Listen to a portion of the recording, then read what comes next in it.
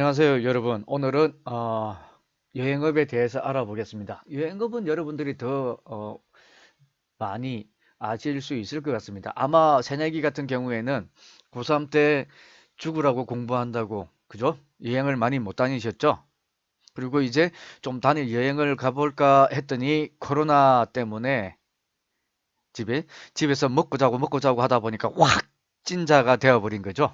음, 그래서 조금 힘드실 것 같습니다. 힘드실 것 같고 저도 마찬가지 여행을 조금 가긴 가고 또 해야 되는데 또 상황이 이러다 보니까 되네요. 근데 물론 여러분들 중에 학교 집 도서관 또는 학원 한 친구들도 있었을 거고 또 그렇지 않은 친구들은 또 그죠? 학교 중간에 술집, 집, 도서관 또 이렇게 가신 분들도 있지 않을까 생각을 합니다. 그래서 우리 오늘 간단하게 여행업에 대해서 한번 알아보도록 하겠습니다. 우리 관광을 전공한 친구들이 제일 또 좀 많이 찾고 하는 곳이 여행 또는 호텔 쪽을 많이 찾습니다. 관광 형태에 있는 걸 많이 찾으니까 한번 보시도록 하겠습니다. 그래서 여행업의 역사는 어떻게 되는가? 여행의 역사는 그러다 보면 결국은 뭐 서양에서부터 먼저 시작했죠. 1845년 영국 토마스 쿡에 의해서 설립되었고 토마스 쿡이 했던 게 잘한 것 중에 하나가 뭐냐면 개인 여행이 아니라 단체 관광객을 모집한 거에 대해서 이렇게 됐다라는 것을 볼 수가 있습니다. 그래서 제가 지난번 시간에 책 한번 읽어 오시라 읽어 보셔도 괜찮다 했는데 그런 실수하신 분 그죠? 이런 실수는 또 잘 안 하시더라고요. 어쨌든 한번 보도록 하겠습니다. 그래서 100페이지 밑에서 100페이지 밑에서 네 번째 줄에 보시면 됩니다. 밑에서 네 번째 줄에 2차 세계대전 전까지는 주로 철도와 선박, 교통기관을 이용해서 여행업이 주종을 이루었는데 2차 세계대전 이후에는 어떻게 됐느냐? 2차 세계대전, 즉 다시 말해서 전쟁이 일어난 이후에 많이 망가졌기 때문에 SOC죠, 그죠? 사회간접자본, 도로, 항만, 철도 이런 걸 다 개보수를 해야 됩니다. 공사를 다시 하고 나다 보니까 이게 항공 발달 그리고 관광객 대량 수송과 장거리로 갈 수 있는 장거리로 갈 수 있는 게 신속하게 이루어지게 되었다는 걸 아실 수가 있습니다. 그래서 보시면 이탈리아 여행사와 러시아 국영 여행사 인투어리스트 그리고 일본 최대 여행사 JTB 등이 있습니다. 등이 있고 다음은 관광사업법에 규정한 여행법 정의. 그럼 법으로 나오면 이게 여러분들이 나중에 관광 법규를 배우게 될 텐데 법규 배우면 되게 어렵습니다. 까다롭고 법은 뭐든 어렵다. 그래서 여행업의 정의를 보시면 하나만 보고 가시죠. 여행자를 위하여 운송, 숙박, 기타 여행에 부수되는 시설을 알선하거나 그 시설을 경영하는 자와 이용에 관한 계약을 체결하는 행위로 보시면 됩니다. 그 밑에는 운송, 숙박. 여행을 가려면 내가 버스를 타고 움직여야 되니까. 그죠? 그리고 세 번째는 여행의 편의, 그리고 여권, 국내 국외로 갔을 때는 여권 사정, 그리고 여행 담당 등을 볼 수가 있습니다. 볼 수가 있고, 다음은 여러분들이 보시는 거에 따라 보이면 됩니다. 103페이지에 보면 여행의 정의 나오죠. 이거 하나로서 설명드릴 수가 있습니다. 하나로서 설명드릴 수 있는데 처음에 관광객, 여행업자, 도매, 소매, 그리고 프린시펄 해가지고 국제, 국내 이런 걸 보실 수 있습니다. 이것은 여러분들이 이해할 수 있는 게 하나의 엑기스적인 거죠. 하나의 엑기스적인 거다. 오늘날 여행업은 여행자와 여행 소재 공급의 매개적 기능을 주로 하여 여행의 원활한 진행을 촉진시키며 이에 마케팅 기능, 관광 정보 기능이 추가되어 사회적 책임도 커지고 있습니다. 자, 그러면 법규로 한번 볼까요? 법규로 한번 보는데 이 법규는 여러분들 제 페이지 수는 1페이지 밑에도 있기는 있는데 그거는 이제 옮겨온 겁니다. 옮겨오기 때문에 제가 이 페이지를 수정을 안 했네요. 이게 3페이지에 있죠. 3페이지에. 3페이지에 있는데 이게 여행자를 위하여 운송시설, 숙박시설, 기타 여행되는 거 똑같은 소리를 계속하고 있습니다. 왜? 이거는 진흥법에서 이야기하는 거고 근데 이게 86년에 진흥법이 이렇게 되었다가 다음 95년에 진흥법이 이렇게 개정되었다라는 것을 보실 수가 있습니다. 다음은 여러분들이 어려운 거 뭐 빨리빨리 건너가는 게 좋겠죠? 여행의 특성과 여행업의 특성 그 첫 번째 위험 부담이 적은 사업이다. 위험 부담이 적은 사업이다. 두 번째 노동 집약적인 사업이다. 세 번째 운용자금 활용 여지가 있다. 운용자금 활용 여지가 있다. 라는 것을 볼 수가 있다. 아무래도 경영상에 위험 부담이 적습니다. 그래서 이 여행사를 많이 하다가 조금 하다가 어, 여행사 실패했다. 그러면 남는 게 뭘까요? 여행사 뭐 5년, 10년 하다가 여행사를 안 하고 폐업을 하고 여행사 폐업을 하고 남는 게 뭘까? 빚? 그렇죠. 잘못했을 때는 빚이 남고 잘했을 때는 본전치기하고 어, 끝낼 수가 있는데 그 외에 고정적으로 하나 남는 게 있습니다. 마일리지입니다. 항공사 마일리지. 여행업을 하다 보는 게 인바운드든 아웃바운드든 데리고 나가면 나가야 되니까 그죠? 고객들을 모시고 나가야 되기 때문에 그렇게 된다. 아웃바운드, 인바운드 하다 보면 마일리지만 수북히 쌓입니다. 제 후배가 지금은 유한대에서 여행업을 가르치는 교수인데 교수로 있습니다. 그 친구가 여행업을 한 15년 정도 했었습니다. 그러다가 임용이 되면서 교수 임용이 되면서 여행업을 접었는데 접고 나서 남는 게 마일리지입니다. 유럽을 한 10번 정도 갔다 올 수 있는 마일리지가 남아 있다고 이야기를 합니다. 그게 아마 10번 정도면 MSG를 조금 쳤겠죠? 그렇죠? 그래서 어쨌든 남아 있는 게 여행업이다. 여행 마일리지다. 라는 것을 아실 수가 있다. 다음은 관광진흥법상 여행업의 종류에 대해서 알아보겠습니다. 일반 여행업, 국외 여행업, 국내 여행업입니다. 일반 여행업, 국내 여행업, 국외 여행업이 있다라고 이야기했습니다. 자, 그러면 일반 여행업, 국내외를 여행하는 내국인, 외국인 대상으로 하는 업종, 그죠? 국외 여행, 국외를 여행하는 내국인을 대상하는 업종, 즉 인바운드, 아웃바운드. 다음은 국내 여행업. 국내 여행업은 국내를 여행하는 내국인을 대상으로 하는 업입니다. 이것만 가지고 문구만 가지고 이야기할 수 있는데 우리가 이걸 갖다가 제가 따로 한번 만들어 봤습니다. 자, 그러면 조금 전에 배웠던 걸 잠깐 생각해 볼까요? 국내, 국외, 그리고 외래, 인바운드, 아웃바운드는 어떻게 형성이 되는지 한번 보시겠습니다. 자, 내국인 국적을 가지고 내국인 국적이 있고 외국인 국적이 있습니다. 횡으로는 여기에는 내국인 그리고 외국인 국적이 있고 오른쪽을 화면의 오른쪽은 국내 그리고 왼쪽은 국외로 봅니다. 국외로 보면 자 그러면 내국인 국적을 가진 사람이 국내를 여행하는 것을 뭐라고 그럴까요? 국내를 여행하는 것을 내국인이 우리나라 즉 여러분들이 우리나라를 여행하는 것을 뭐라고 그럴까? 그렇죠. 국내 관광. 즉 영어로는 domestic tourism이라고 이야기를 합니다. domestic tourism. 그러면 내국인이 국외를 관광한다. 외국을 관광한다. 그러면 뭐라고 그럴까? 해외 관광? 아니죠. 국외 관광. 국외 관광. 즉 영어로는 outbound라고 이야기를 합니다. 아웃바운드 국외 관광. 그리고 그러면 외국인 국적을 가진 사람이 국내를 여행한다. 국내를 여행한다. 이건 뭐라고 할까?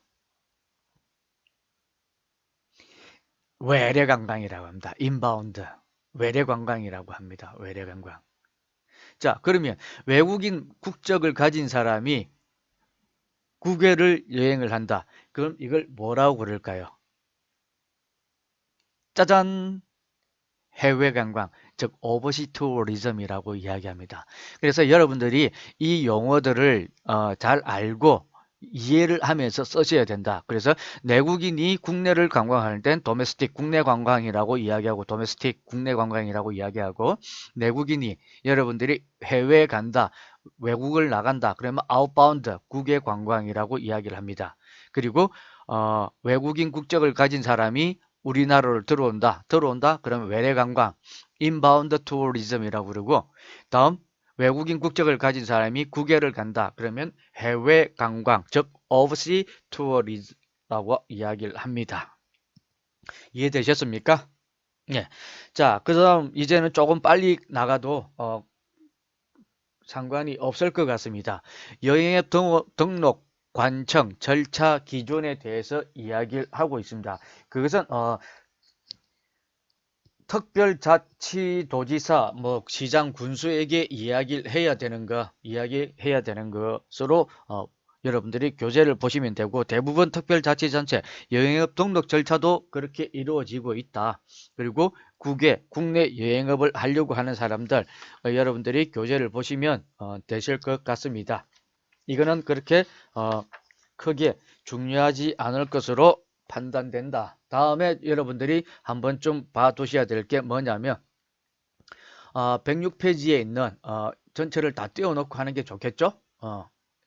관광진흥법상의 분류를 보면 일반 여행업 밑에 보이시죠? 일반 여행업, 국외 여행업, 국내 여행업. 우리 교재에 보시면 106페이지에 일반 여행업 등록 기준으로 봤을 때 자본금은 일반 여행업은 뭐냐면 2억 이상 있어야 되고 상품 영역에 있어서는 일반 여행업은 도메스틱, 아웃바운드, 인바운드 즉 국외 여행을 다 할 수가 있다. 이해되시죠? 이게 일반 여행업입니다. 그리고 법적 자본금도 2억 이상 있어야 되고 그 다음 내려가면 국외 여행업 뭐냐면 아웃바운드만 할 수 있다. 내국인을 데리고 외국으로만 나갈 수 있는 업을 할 수 있는 게 국외 여행업. 이거는 법적 자본금은 6천만 원 이상입니다. 6천만 원 이상만 있으면 할 수 있다. 그리고 국내 여행업, 도메스틱이죠. 국내 여행업은 내국인을 데리고 국내 여행만 하는 것은 3천만 원 이상이다. 그래서 여행업은 많이 개설하기도 하고 많이 없어지기도 합니다. 그렇기 때문에 여러분들이 조금 보시면 이해되실 겁니다. 그래서 이전에 한때는 그랬었습니다. 농담삼아 친구 3명이서 1,000만 원씩 내고 나는 제주도 사는 사람, 나는 경상도 사는 사람, 나는 강원도 사는 사람 해가지고 모여서 이쪽으로 오면 내가 안내하고 저쪽으로 가면 네가 안내하고 해서 여행업을 설립해가지고 국내 여행업을 했다는 이런 웃지 못할 소리도 여러 번 나오고 있다. 그럼 여러분들이 요 도표만 참고하시면 금방 이해되실 것 같습니다. 되셨죠? 그래서 교재는 보면 2억 이상, 자본금 2억 이상 또는 국외 여행업 자본금 1,000만 원 이상일 것, 국내 여행업 등록 기준은 자본금 3천만 원 이상일 것으로 보고 뒤에 거는 한번 읽어보시면 되실 것 같습니다. 그리고 여행 인솔 자격 조건, 이게 투어 컨덕터죠. 여러분들이 나중에 여행사 직원, 여행사에 근무하시려면 이 투어 컨덕터, 즉 여행 가이드, 인솔자 자격을 획득해야 된다. 그 자격 조건은 그죠? 여행업체에서 6개월 이상 근무하고 국외 여행 경험이 있는 사람, 그리고 등록 조건은 있습니다. 등록 조건 보이시죠? 등록 조건은 관광 통역 안내 자격이 있는 사람, 그리고 국외 여행 인솔에 필요한 소양 교육 또는 양성 교육을 이수했느냐를 이야기를 합니다. 이런 것만 보시면 된다. 이것으로서 여행업을 끝내고 다음 숙박업으로 가겠습니다. 숙박업이 꽤 많습니다. 그래서 숙박업을 한번 해보시죠. 발음도 꼬이네요. 숙박업. 숙박업 시설, 즉 건설과 운영을 목적으로 하는 사업을 활동하는 것을 이야기한다. 그래서 이 숙박업은 음식과 관계되는 인적, 물적 서비스를 제공함으로써 목적지에서 체재를 가능케 하는 사업을 합니다. 그래서 앞서 제가 슬라이드에서 보여드렸죠. 숙박업은 모텔, 호텔, 모텔, 콘도미니엄, 유스호스텔, 국민숙사 등 다양한 시설이 존재한다. 그러면 국민숙사가 뭘까요? 아까 앞서 제가 설명을 하려고 하다가 버뭇거리면서 안 했습니다. 국민숙사가 뭘까? 네, 그렇죠. 국민숙사. 민박이라고 보시면 됩니다. 저렴한 숙소죠. 저렴한 숙소. 저렴한 숙소입니다. 자, 그 첫 번째로 호텔 쪽을 한번 볼까요? 호텔, 즉 일정한 호텔의 정의입니다. 이게 김충호 교수님이 경기대 김충호 교수님이 이전에 말씀드렸던 이렇게 정의를 내렸죠. 일정한 직업 능력이 있는 사람에게 객실과 식사를 제공할 수 있는 시설을 갖추고 잘 훈련된 여러분들과 같은 훈련을 받은 사람이 예의 바른 종사원이 조직적으로 봉사하고 그 대가를 받는 기업이라고 이야기를 합니다. 이 안에 모든 게 있습니다. 일정 직업 능력이. 그러면 직업 능력이 없는, 지불 능력이 난 돈이 없는 사람이 호텔에 가서 먹으면 그건 뭐죠? 그렇죠. 무전취식. 무전취식하면 경찰에 잡혀갑니다. 신고하면 잡혀가게 된다는 것을 여러분들이 보실 수가 있다. 이렇게 이해하시면 되실 것 같습니다. 이해하시면 되실 것 같고, 자, 다음은 숙박시설의 특성에 대해서 한번 보겠습니다. 숙박업의 특성, 인적 서비스 의존성, 인적 서비스. 먼저 사람이 숙박시설 가면 기계가 로봇 벨보이가 있습니까? 없죠. 모든 게 마찬가지입니다. 서비스 인적 의존성에 이야기하기 때문에 제일 먼저 호텔에 가면 여러분들한테 하나 물어볼까요? 호텔에 가면 여러분들을 제일 먼저 여러분들이 만나는 사람이 누굴까? 누구? 벨? 프론트? 컨시어지? 누구? 여러분들이 차를 타고 제일 먼저 가면 차를 타고 호텔에 딱 도착합니다. 그러면 호텔의 문을 열어주는 사람입니다. 그렇죠. 도어맨입니다. 도어맨이 먼저 문을 열어줘야 여러분들이 내리죠. 그런데 모처럼 좋은 호텔에 갔는데 내가 문 열고 내릴 수는 없잖아요. 그래서 도어맨이 먼저 해줍니다. 도어를 열어주고 그 다음에 벨맨이 오죠. 벨맨이 와서 여러분들을 가방, 즉 러기지, 짐을 가지고 프론트까지 가죠. 프론트에 가면 프론트 데스크에서 여러분들에게 인사를 하고 예약을 했느냐, 뭐 어쨌느냐 이렇게 하면서 체크인을 하고 호텔 객실 안내는 또 벨맨이 해주는 겁니다. 그렇게 이야기하는 거죠. 그래서 우리가 의존성, 인적 의존성이 각 부서별로 사람이 많기 때문에 그렇다. 그래서 언제나 만족스럽고 예절 바르고 신속 정확하게 여러분들이 요구하기 전에 해주는 것을 볼 수가 있습니다. 그래서 고객과 종사원의 접촉에 의해서 즉 서비스 인카운터라고 합니다. 접촉에 의한 만족은 고객의 욕구를 만족시켜 줄 수 있다. 부분 간의 협동, 두 번째, 부분 간의 협동체제의 긴밀성. 협동체제의 긴밀성은 뭐냐? 협동체제의 긴밀성은 뭐냐면 지금 조금 전에 제가 말씀드린 것처럼 벨데스크, 도어데스크, 프론데스크, 레스토랑 등등 부서 간의 긴밀한 협동이 있어야 됩니다. 그래서 현관을 비롯해서 호텔 현관을 비롯해서 각 서비스 및 객실 서비스에 이르기까지 다양한 업무가 주어집니다. 나중에 더 자세하게 설명드릴 수가 있을 겁니다. 그리고 세 번째, 연중 무휴 영업한다. 그렇죠. 구정, 신정, 국가 공휴일 호텔은 노는 날이 없습니다. 365일 연중 무휴로 휴업이 아니라 영업을 합니다. 그죠? 그래서 여러분들이 명절에 동네 주변 식당가는 문을 닫지만 문을 닫아서 식사를 하려면 호텔에 가면 연중 무휴로 식사를 하실 수가 있습니다. 다음 네 번째 계절성. 성수기 비수기를 따집니다. 성수기 비수기를 따지고 있기 때문에 그리고 성수기 비수기 그죠? 그리고 주말과 주중 수요와 공급이 이루어지지 못합니다. 여러분들이 말씀드린 대로 연중 무휴에다가 성수기 비수기 이거 조절만 수요와 공급 조절만 잘하면 폭망할 일은 하나도 없습니다. 폭망할 일은 하나도 없다. 그리고 다섯 번째 시설 조기 노후화 및 개보수 그죠? 여러 사람들이 쓰다 보니까 시설 수명이 짧습니다. 여러분들이 가정에서 쓰는 것보다 훨씬 짧게 쓴다. 그리고 나서 고쳐야 되기 때문에 비용이 또 많이 들어갑니다. 그래서 고객이 이용하든 이용하지 않든 간에 훼손이 됨으로써 결과적으로 이게 고치고 개보수 수선비가 많이 들어가기 때문에 여러분들이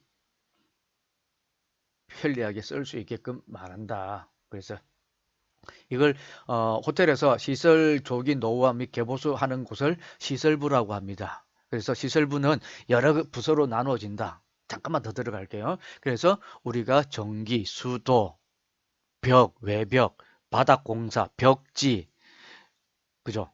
그리고 뭐 가구, 전기장치 등 부서에서 다 시설부 안에 포함됩니다. 그래서 객실에서 커튼 올리고 내리는 게 고장이 났습니다. 라고 이야기하면 시설부에서 그 부서, 그 담당자에게 연락을 주고 방 안에 전구 담화가 나갔습니다. 이러면 또 전구를 갈아 끼울 수 있는 시설부에다가 이야기를 하고 또 책상 문짝이 내려앉았습니다.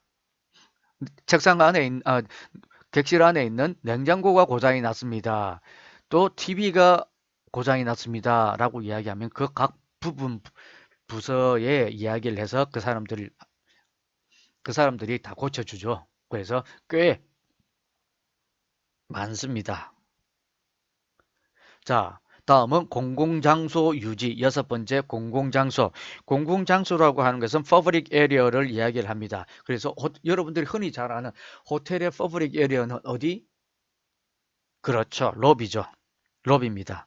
로비나 여가 공간 또 백화점에 가면 공공장소 쇼핑을 하다 보면 층과 층 사이에 소파나 좀 쉴 수 있는 편안한 공간들을 마련해 놓고 있습니다. 특히 호텔 같은 경우에는 공공장소 로비가 아주 삐까번쩍하죠. 이쁘게 잘 해놓고 있습니다.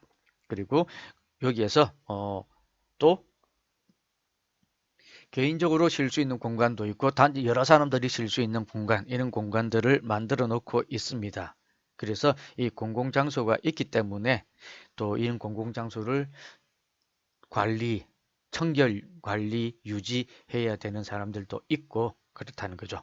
자, 그리고 다음은 일곱 번째 고정자사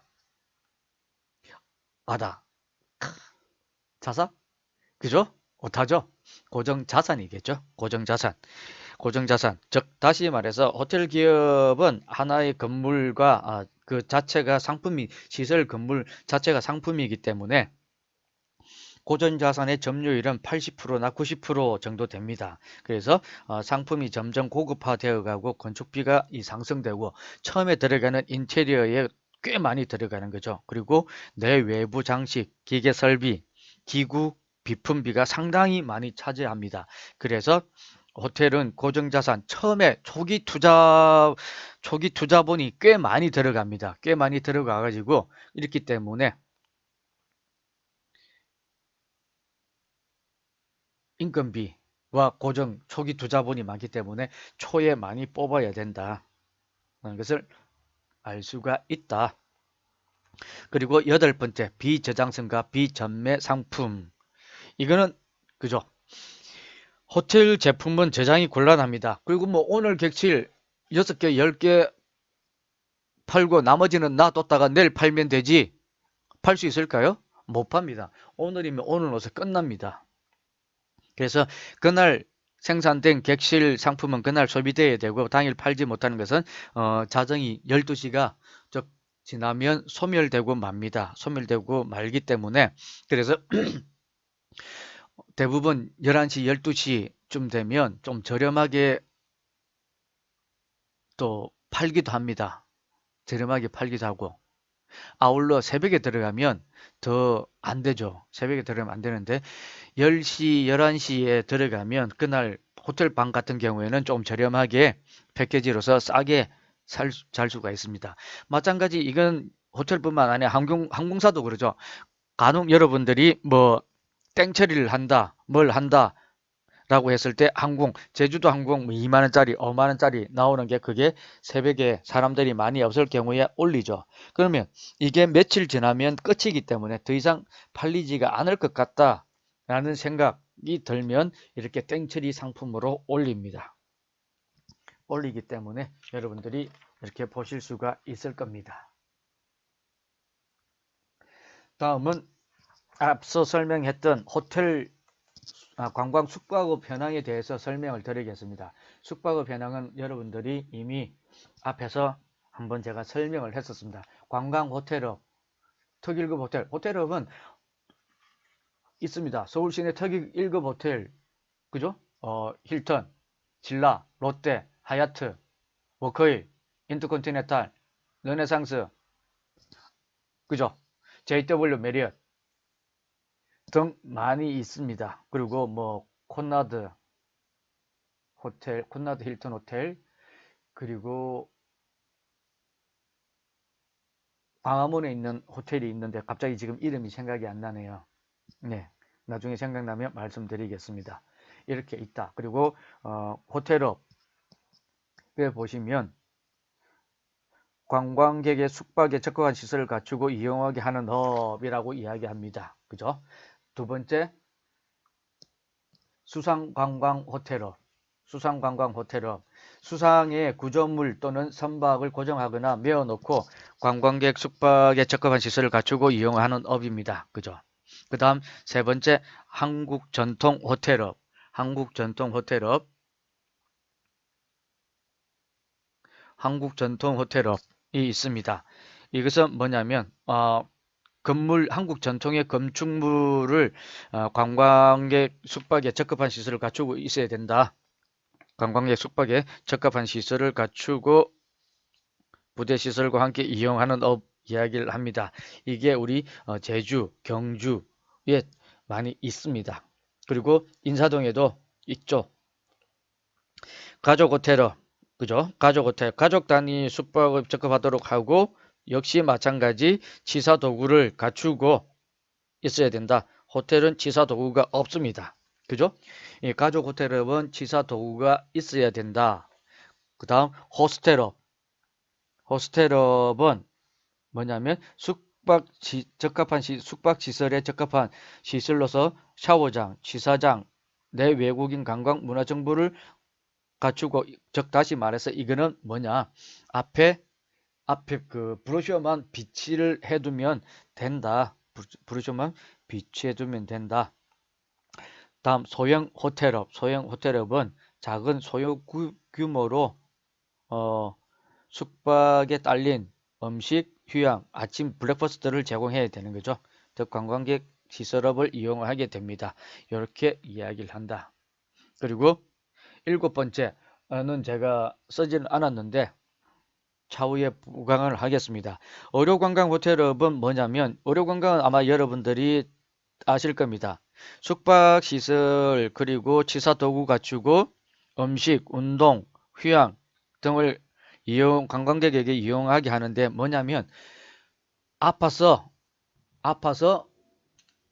치료하러 왔을 때 보호자만 환자는 움직이지 못하지만은 보호자는 움직여야 되겠죠. 보호자는 움직여야 되기 때문에 보호자를 위해서 이렇게 볼 수 있습니다. 후양 콘도미니엄은 제가 더 설명을 안 드리도 아실 겁니다. 여러분들이 그 취사시설을 갖추고 숙박시설과 취사시설을 갖추고 음식, 운동, 오락, 연수 등등을 할 수 있게끔 고객들에게 제공하는 업을 이야기를 합니다. 자, 제가 지금부터는 조금 빨리 가겠습니다. 이거는 여러분들 나중에 또 한 번 더 할 수 있기 때문에 그래서 숙박업을 빨리 끝내도록 하는 게 좋겠죠? 네. 자, 등급은 문화체육관광부 장관이 이렇게 하고 있습니다. 숙박시설과 야영 편의 등을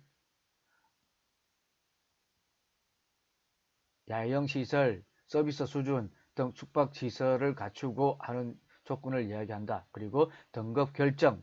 그래서 우리가 이야기하는 게 호텔업은 관광호텔, 수상관광호텔, 한국정통호텔업을 이야기하는 이 등급이 있습니다. 그리고 등급도 호텔 안의 등급은 또 나누어진다라고 이야기를 했습니다. 호텔 등급은 뒤에서 도표를 보고 설명을 드리겠습니다. 자, 호텔업 등급 결정 위탁 권한은 어떻게 되느냐? 문화체육관광부 장관이 이야기하고 호텔 등급은 다음과 같이 나누어집니다. 자,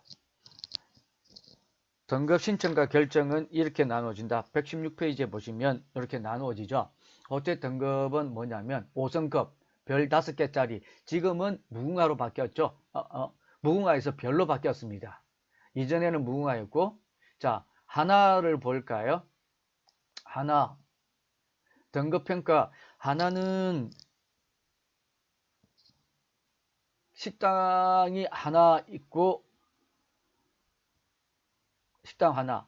이거는 식당과 둘이 있고 잠잘 공간 마련해둬야 되고, 세 번째, 좀 더, 즉 다시 말해서 1성보다 2성이 좋고 2성보다 3성이 좋고 3성보다 4성이 좋다. 4성보다 더 좋은 거는 5성급 호텔. 그래도 여러분들이 보시면 이 점수 현장평가, 이거는 호텔 등급 심사를 이야기하는 겁니다. 총 100점이 5성급 호텔은 1000점입니다. 1성은 600점이죠. 여기에서만 보더라도 엄청난 차이를 가지고 있다.